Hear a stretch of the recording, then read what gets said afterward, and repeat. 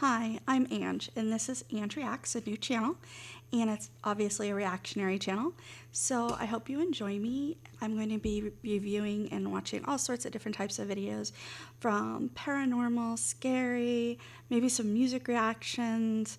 I love science channels, everything, so please join me, and if you have any suggestions, please put them down below in my comments section. And if you feel so inclined, it would be wonderful to get a like or subscription so I can build up my channel. All right, so today what we're going to start with is actually from the Top 10 Amazing Videos channel that I love to watch. And this one is Top 10 Real Haunted Places in California That Are Pure Evil. The only one I can think of, though I don't think you could call it pure evil, is the Winchester Mystery House, which I had an amazing experience, not paranormal, but still amazing. I got us a nighttime tour that I and his parents went on, and what they do on the night tours around Halloween is they turned off all the lights, gave us flashlights, and we got to wander around with flashlights on the tour and hear all the ghost stories or the creepy things that have happened there. So it was a wonderful time. It was spooky. It was fun. And I kind of hope that one's on here. But again, I don't remember anything evil being talked about. So let's see what's on this. Okay, thanks. Some more spooky places in some more spooky states. Who would have thought? I swear literally everywhere there is a place that is haunted, and honestly it makes me want to go visit even more. Hello everyone and welcome back to our channel. I'm your host Emily, and today we're counting down our list of the top 10 real haunted places in California that are pure evil. Number 10, Satan's Castle, San Bernardino. Yes, this place is called Satan's Castle, and it's a no. I just have to say that in California, I could think of some wonderful places to put Satan's Castle. San Bernardino wouldn't be one of them. I mean, Death Valley seems like a fitting place. But yeah, what a beautiful view, though, from this horrible place. No, from me. Satan's Castle sits on a mountainous region that is filled with both religious and satanic lore dating back to the 19th century. There are said to be underground tunnels linking to various points of interest across the mountain, which were used during the Prohibition era. These tunnels were created mostly for transportation and smuggling booze, but also served for darker purposes. Okay, so I have to say that when I was a teen, I grew up in Northern California, and we used to wander around in the storm drains a little bit. I'm not exactly sure why it was fun, but it was a lot of fun. And when we used to do that, I remember also hearing that there were Prohibition tunnels, or these might be part of the Prohibition tunnels, and that some of these tunnels that I only stayed in the big ones. I was a little too claustrophobic to get in the little tiny ones. That some of those might actually lead up into people's basements and stuff because of Prohibition. Don't know if that was true, but I really, really love the Prohibition tunnels idea. One of these tunnels is rumored to connect a Catholic church to Satan's Castle. Why would you connect a Catholic church to Satan's Castle? I can't think of any good reason, unless they're like pouring holy water down that tunnel trying to flood Satan's Castle out. Said to have been the grounds for dark ritualistic practices, which included both human and animal sacrifices, along with other dark ceremonies. Not to mention, inside one of the rooms, a pentagram used to be painted on the ground. Local Christians painted over it with the John 3:16 verse, but the pentagram always bled through. Definitely sounds satanic to me, and I will not be visiting there. Number 9, Preston Castle, Ione. The Preston School of Industry, also known as Preston Castle, was a reform school that opened in... That is beautiful. I've never seen that before, and that is beautiful. And you don't usually see that kind of architecture much in California. I mean, we do see like the brickwork and stuff, but nothing this elaborate. In June 1894, and was considered one of the oldest, at least not in historical California, schools in the United States. The boys there grew their own food, raised livestock, and learned farming trades. Additionally, there was a print shop, bakery, and cobbler shop where the boys could learn skills for self-preservation. And I should preface that with, not that I've seen I mean, I haven't obviously seen all of California. It's a ginormous state. The real world. The superintendent controlled the life inside the school, and discipline was extreme. Starvation, isolation, and public paddling and lashings, and severe strategies were common at Preston. Now, this school has seen a lot of death. There are 17 men buried on the school grounds because they died there. That looks so disturbing. Could you imagine being in that place as a child? Oh, no, thank you. Samuel Goins had his life ended after attempting to escape from the school. In 1950, Preston's head housekeeper, Anna Corbin, was beaten to death in the school's basement as well, and they never found out who did it. Employees and visitors believe that these young men are still haunting the school, which only closed in 1960, by the way. Oh my gosh. Wow. 1960. That wasn't that long ago. Holy cow. Yeah, that's a place I'm going to have to research. Who have toured the grounds since have reported many strange sights and sounds, slamming doors, falling objects, disembodied voices, and ghostly physical contact. Number 8. Camp Pendleton, Area 41, San Diego. Camp Pendleton is a coastal Marine Corps base with a dark history. So pretty, This though. place is divided up into sections, and Area 41 is haunted. Locks have been tampered with, furniture displaced, items gone missing, and strange noises are heard throughout the camp. Many think that this is done by one broken-hearted Marine in particular. This man was in love and had recently asked his girlfriend to marry him. After she had said yes, he thought his life was going great, but it didn't last long. The Marine was in his housing unit when his fiancée got a hold of him and told him that she was ending the relationship. He was so upset that he ended his life in a second-story room of the barracks. Now, some Marines are convinced his spirit remains in the area and haunts Area 41 in particular. A general feeling of unease is common here, and to this day, Marines claim that they hear the faint sound of a man softly humming the Jeopardy game show theme song around the grounds. I'm sorry. What? I have to say, tragic story and very sad outcome. But if a ghost was just humming Jeopardy, I don't think I'd be scared. I'd probably hum along with them. I know I would hum along with them. So. Number 7. The Hotel de Coriando, San Diego. Hotel de Coriando is a historic hotel that opened in 1888. That is Kate freaking Morgan huge. has haunted this hotel since 1892, the year she checked in and awaited the arrival of her husband. The two were traveling con artists, and not surprisingly, her husband never showed up, and 4 days later, Kate was found dead at the bottom of an outdoor staircase leading to the Coronado Beach. Today, those who check into Kate's room, which is now room 3312, have had spooky experiences to say the least. Curtains blowing even though the windows are closed, objects moved by unseen hands, murmuring sounds, and even sightings of Kate So if the curtains were blowing with nobody touching them or no wind, I can see why they changed it all to shutters.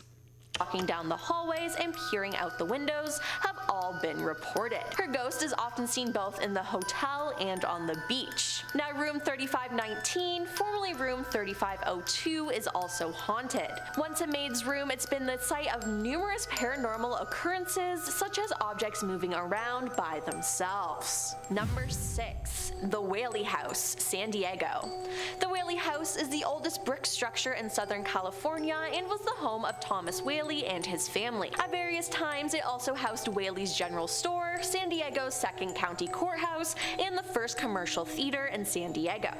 The house has witnessed more history than any other building in the city, and it is extremely haunted. One of the most infamous ghosts there is the spirit of Okay, wait, I gotta say this. Yankee Jim's. Gold was discovered here in 1850 by Yankee Jim, a reputed lawless character, and by 1857, town was one of the most important in Placer County.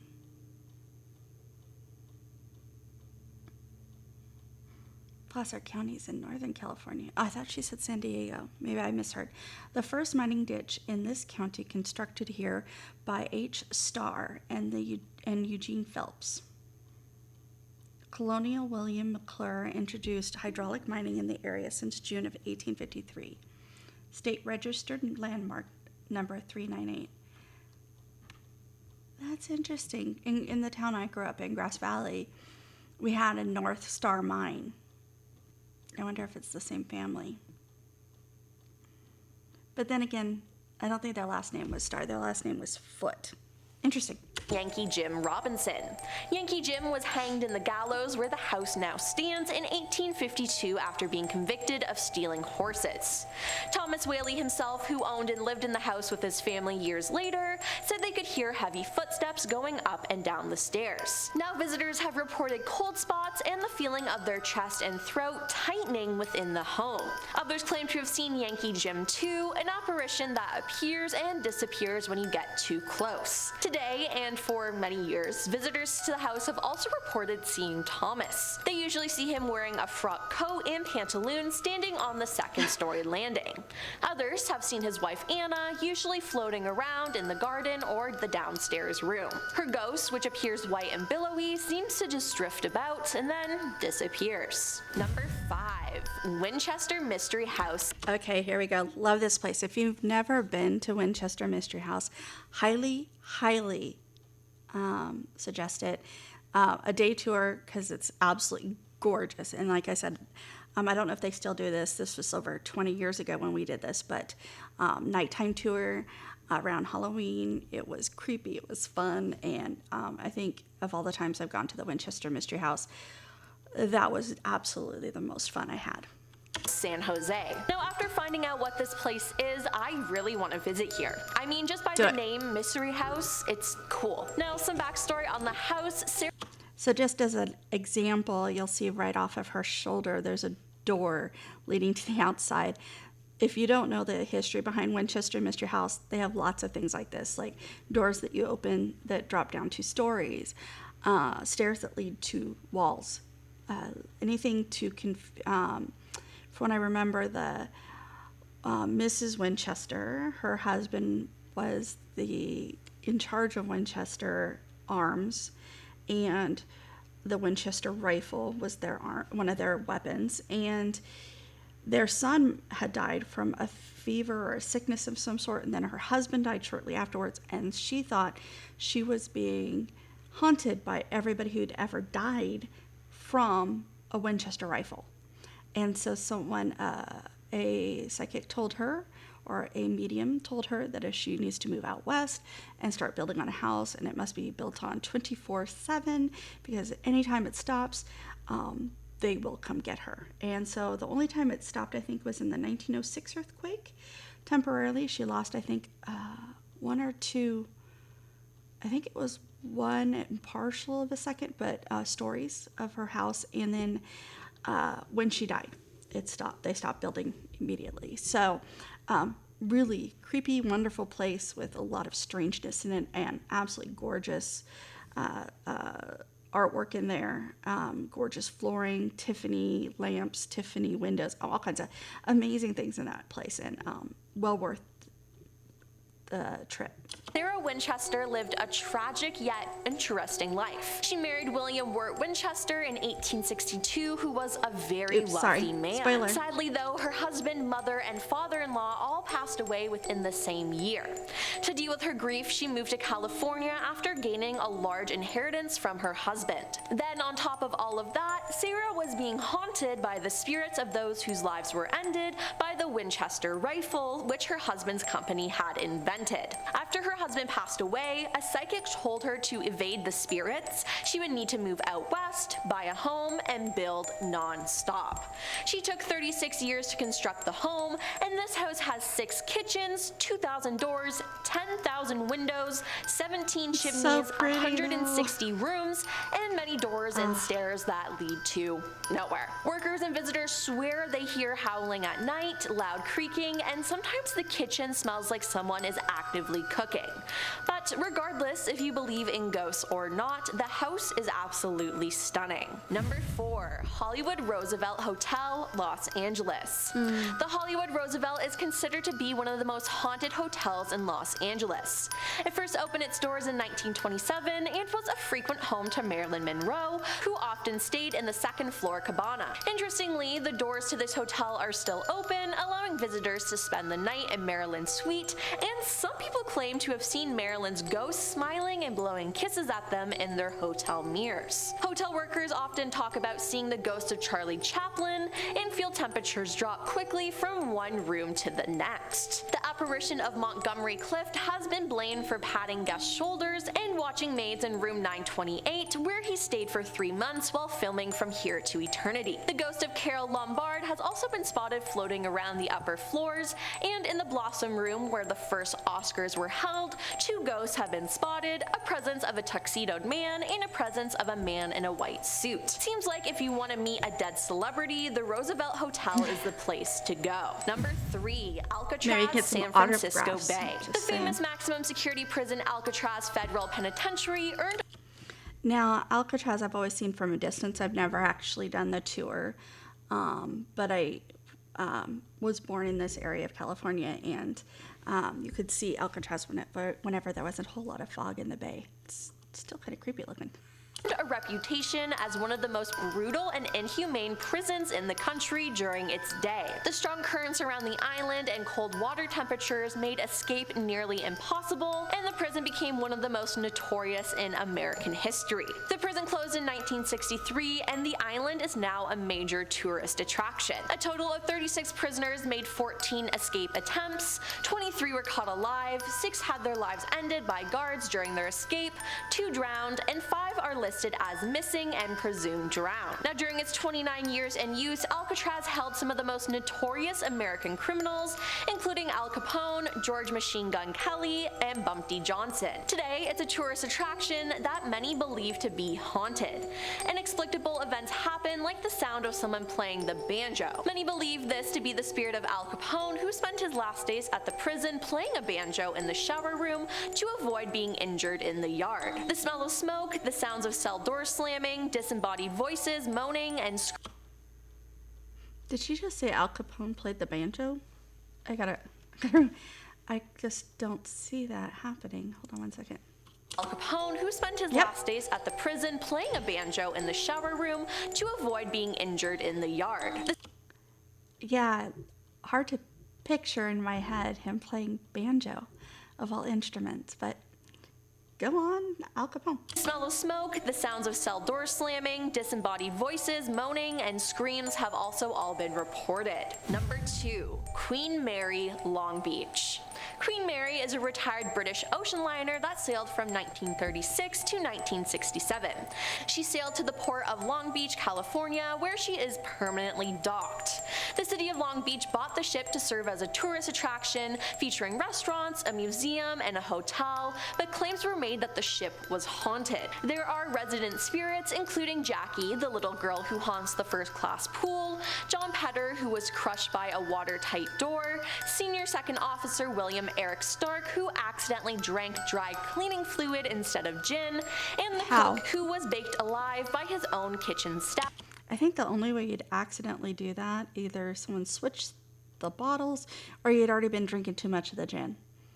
I just don't know how you would accidentally do that. During World War II. But arguably, the most notorious location on the ship for paranormal activity is room B340. Reports claim someone was knocking on the door in the middle of the night, bathroom lights turning on by themselves, the sink faucet turning on and off on its own, and unexplained bathroom doors shutting.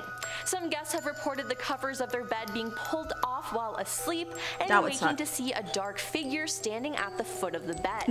There are even more stories about this place, but I don't have enough time to fit. That would scare me to death. My stepfather once said that he was staying somewhere once, and he felt he's Australian, so he has a different terminology for things, but he felt his bedclothes being pulled tight next to him, and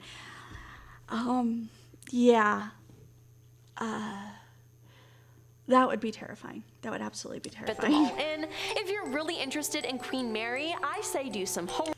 I think it's, just to finish that thought, is it's less scary seeing something, I think, because you feel like, oh, it's see-through, or oh, it's just a ghost, or whatever it is.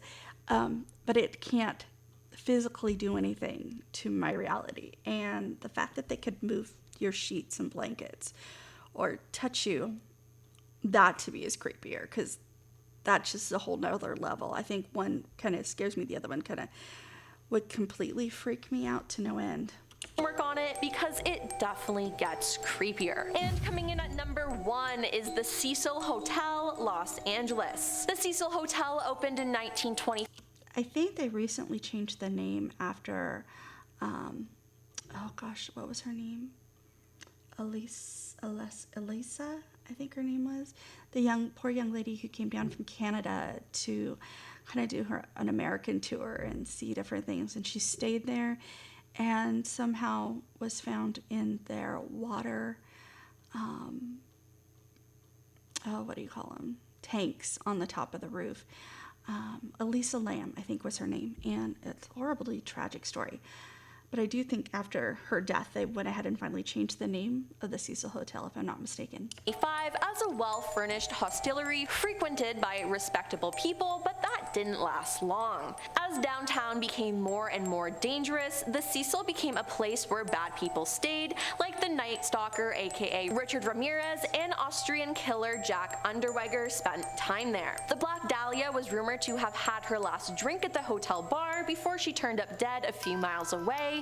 In 1962, Pauline Otten jumped from the 9th floor window, ending her life. That same year, Julia Moore jumped from an 8th floor window, and Helen Green from the 7th floor in 1954. The Cecil Hotel may have rebranded itself recently as the Stay on Main, but it just can't shake its reputation as a place where scary things happen. In 2013, the body of Canadian tourist Elisa Lam was found in the hotel's rooftop cistern.